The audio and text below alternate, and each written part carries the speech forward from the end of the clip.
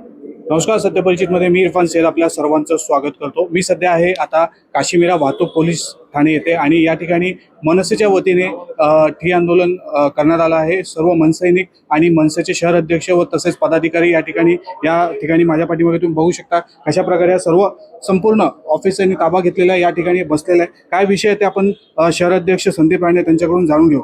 तर काय विषय आहे, कशासाठी तुम्ही इथे बसले आहात? विषय असा आहे की आमचा एक सभासद दैसर चेकनाका यावकडनं यू टर्न मारत होता।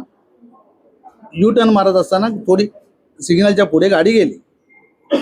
सिग्नलच्या पुढे गाडी गेल्यानंतर त्या ठिकाणी हवालदार होते महेश बर्वे म्हणून, महेश दुर्गे म्हणून, त्यांनी त्यांच्या कानफडात मारली।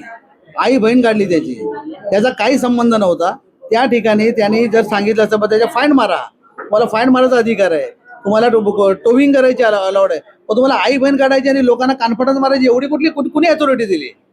त्यामुळे मीरा भाईंदर महानगरपालिकेच्या हद्दीमध्ये जे ट्रॅफिक जे इन्चार्ज आहे ना इंगोले, यांची सगळी मस्ती आहे, लक्षात घ्या, त्यांचं पाप आहे।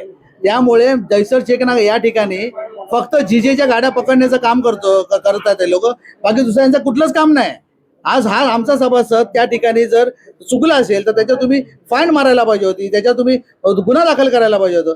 त्यांना तुम्हाला हात उचलायची गरज काय? वरून त्या कॅबिनमध्ये घेऊन त्याला मारहाण केली। आम्ही हे खपून घेणार नाही।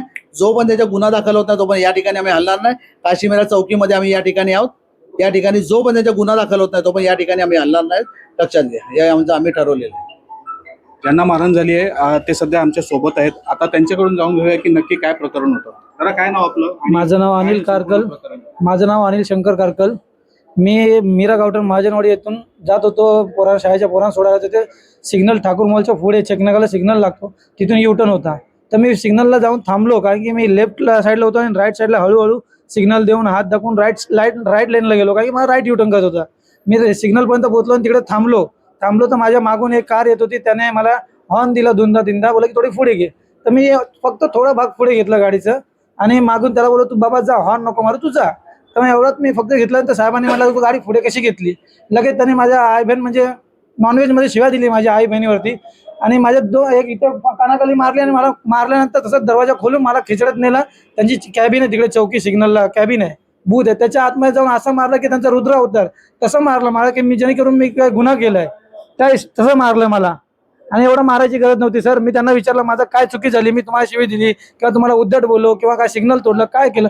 काहीच काय ऐकत नाही। असे जाऊन मला मारायला लागले की मी काय गुन्हा मोठा केलाय, कोणाचा काय उडवलंय की काय केलं, तर मला सांगा ना, मी चुकी केली असेल तर मी मान्य करतो, पण नाही, ते ऐकत तयार नाही। असं मारत होते की विचारू नका। बाकीचे पोलीसवाले होते, सोडवत होते, तरी त्यांना पण काय ऐकत नव्हते, तरी मारत होते। माझ्या घड्याळ सुद्धा तोडलेलं आहे त्यांनी, एवढं मारलंय। आणि माझी चुकी असेल तर मला सांगा ना की बाबा तू हे चुकी केलंय। हे बघा, ही माझी घड्याळ आहे, ही घडी पूर्ण काच बी तुटून सबूतसाठी हे मी ठेवलं अजून पण, हे बघा काच पण तुटली पूर्ण। हा, एवढं मारला। इथे मला दात दुखत होता, काल मी दवाखान्यात जाणार होतो, तर त्याच्यावरती अशी फाईट मारली आणि आई बहीण शिवाय देतो म्हणजे काय? हे आम्ही म्हणजे रस्त्यावर चालणार, आम्ही ड्रायव्हर माणसं 10-12 पगार कमवणार, हा, आम्ही काय चुकी केली? काय सीट बेल्ट लावत नाही, काय नाही, काय नाही नसेल माझ्याकडे तर तुम्ही सांगा, बाबा तुझं हे चुकी आहे पोरगा, तू हे करू नको, फाईन मारतो तुला एवढं, तर आम्ही तयार आहे। उलट आम्ही त्यांना सहकार्य करतो। पुढे ट्रॉफिक लागली, आमची गाडी साईडला काढतो, बाकी त्या सर्व गाड्या जाऊ द्या, क्लिअर होऊ द्या, आम्ही त्यांना सहकारतो आणि ते लोक आम्हाला असं सहकार्य करतात, कानाखाली मारून, आई बहीण काढून। जेव्हा तुम्ही गाडी पुढे घेतली त्यावेळी त्यांनी काही तुम्हाला तुम्ही एखाद्या वाहतूक नियमाचं उल्लंघन केलं असं काही सांगितलं का तुम्हाला? नाही, असं काही सांगितलं नाही त्यांनी। मला फक्त एवढं बोलले की तू पुढे कशाला आलास, आणि माझी आई बहीण शिवाय लगेच एवढं बोलले, तू पुढे कशाला आला? मी बोललो साहेब ती मागची गाडी येते, त्याला साईड दिलं, बस एवढंच बोललो। आणि लगेच आई बहीण शिवाय घातली। लहान लहान लेकरं होती गाडीत, ते रडायला लागले बिचारे, लहान पोरं, बोला अंकल को मारा, अंकल को मारा, ते लहान लेकरं रडायला, त्यांना समजते, मग या लोकांना समजत नाही का? नेमकं गाडीमध्ये काय होतं, काय करण्यासाठी तुम्ही गेला होता? मी शाळेची पोरं सोडायला जात होतो, शाळेची पोरं पिकअप केली होती, 7 पोरं होती गाडीत माझ्या, ते लहान लहान लेकरं होते, त्यांना घेऊन मी युटर्न करायला गेलो होतो। युटर्न करून काशीमीरा शाळा सोडतो, BMS ला तिकडे सोडतो। मग ते युटर्न आता एवढं लांब झालंय, आता मध्ये साहेबांनी मला बोलले की युटर्न करून देतो, तो रस्ता चालू केला, आता बंद झालं, त्यामुळे त्रास व्हायला लागला। मग आम्ही चेकनाकाला जायला लागलो, चला बाबा आपल्यामुळे दुसऱ्यांना त्रास होता कामा नये, त्यामुळे आम्ही तिकडे जाऊन सिग्नलला युटर्न करतो। तर तिकडे युटर्न जेवढं चांगलं आम्ही काम करतो, तर आम्हाला उलटा असा प्रतिसाद देतात का? कानाखाली मारून, फाईटी मारून, हे कुठली गुंडागर्दी झाली? गाडीमध्ये तुमच्यासोबत अजून कोणी होतं का? हे आमच्या पुढे होते, आमची ताई आहेत, माझ्या बाजूलाच राहतात। अच्छा, हे हो, लहान मुलं पण होती। काय झालं ना नेमकं काय झालं, मी यांच्या पुढच्या गाडीत होती, तर ती पण व्हॅनच होती शाळेची, तर मागून यांची गाडी दिसली तर मी तो ड्रायव्हर बोलला म्हणजे बसवाला की अनिलला मारलं. तर मी जस्ट उतरली आणि मी बोलली साहेब कशाला मारतात आहे. तर बोलते "ए तू कोण आहे?" बोला "हे लेडीज कॉन्स्टेबल बोलवा." मी बोलली "जा बोलवा पण मारता कशाला त्याला. ए तू कोण आहे तू कोण आहे" करून मला बाहेर काढलं आणि यांना आतमध्ये घेऊन मारत होते. त्यावेळी त्यांना चौकीमध्ये घेऊन गेले तेव्हा तुम्ही आतमध्ये जाऊन बघितलं का त्यांना मारताना? हा बघितलं ना मारताना त्यांना. तर मी त्यांना बोलली पण तुमचा अधिकार नाही मारायचा. त्यांना वाटलं चौकीत न्या काय करा. तुम्हाला उलटे मला उलट उत्तर देतात शिव्या देतात. त्या ठिकाणी जे वाहतूक पोलीस होते त्यांच्यासोबत अजून इतर कोणी वाहतूक पोलीस होते का? हा भरपूर जण होते ना पण ते त्यांना सोडवायमध्ये होते. बाकी ऐकायला तयार नाही ते त्यांच्याच ह्याच्यामध्ये होते. इतर वाहतूक पोलिसांनी त्यांना थांबवण्याचा प्रयत्न केला पण ते थांबले नाही का?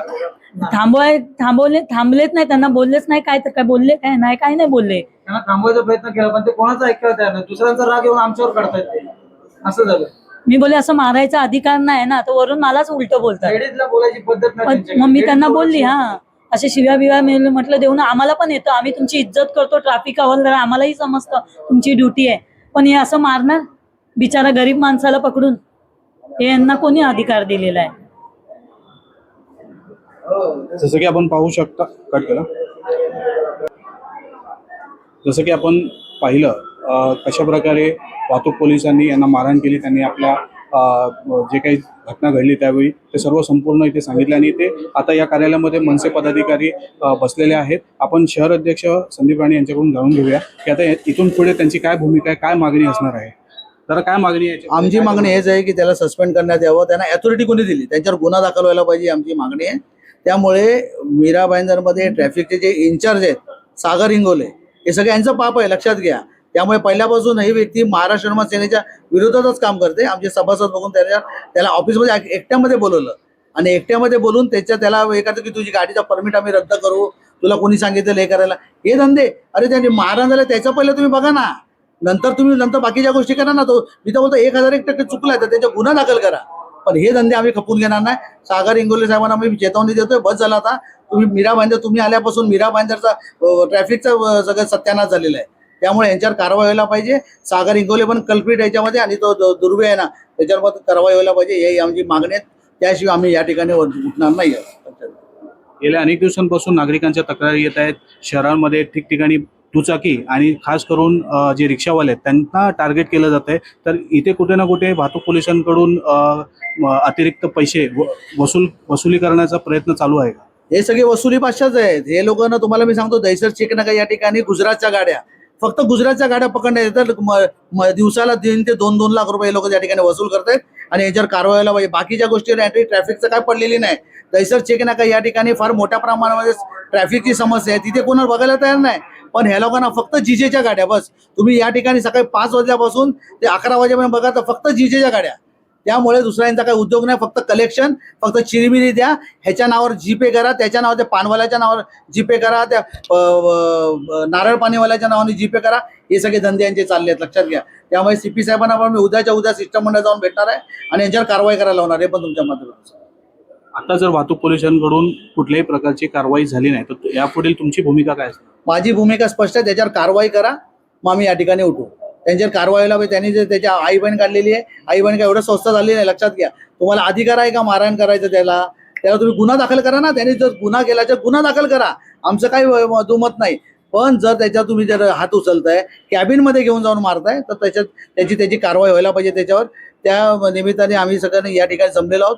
या ठिकाणी आम्ही जो पण त्याच्यावर कायदेशीर कारवाई होता तो पण या ठिकाणी हलणार नाही आहोत. ही आमची भूमिका आहे स्पष्ट आहे. जसं की आपण पाहिलं मनसेचे पदाधिकारी आणि कार्यकर्ते यांनी या ठिकाणी ठिय्या मांडलेला आहे वाहतूक पोलिसांच्या कार्यालयामध्ये. आणि जोपर्यंत ज्या वाहतूक पोलिसांनी त्या व्यक्तीला मारहाण केली आहे त्याच्यावर जोपर्यंत गुन्हा दाखल होत नाही आणि जोपर्यंत त्याच्यावर कारवाई होत नाही तोपर्यंत मनसे पदाधिकारी इथून या कार्यालयातून हलणार नाही अशी प्रतिक्रिया शहर अध्यक्ष संदीप राणे यांनी दिलेली आहे.